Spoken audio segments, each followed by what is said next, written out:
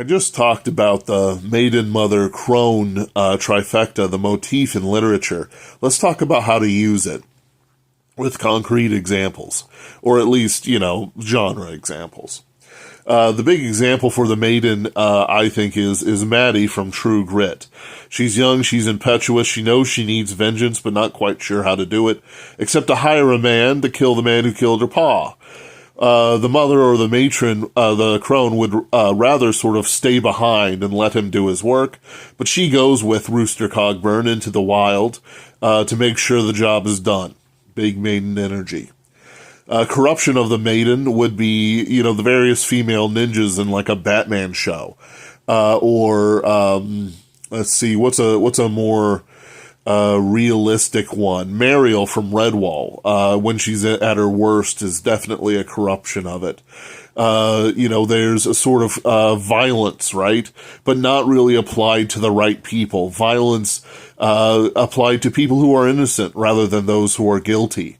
Artemis is not evil for turning a man into a stag and having him ripped apart by his own hounds. He shouldn't have been peeking. It's that sort of thing. The violence of the maiden, if she's violent, must be applied properly.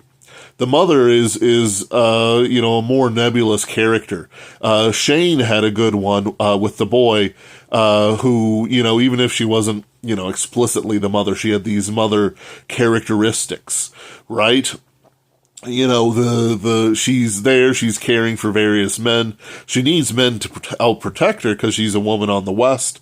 But also, she's more, able to handle herself, than Maddie is in many regards, even if it's not to violence. A corruption of the mother is the bordello, matron.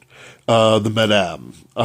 You might think that's more of a crone thing, but actually the madam is quite unwise compared to an actual evil crone, because she's still in the industry.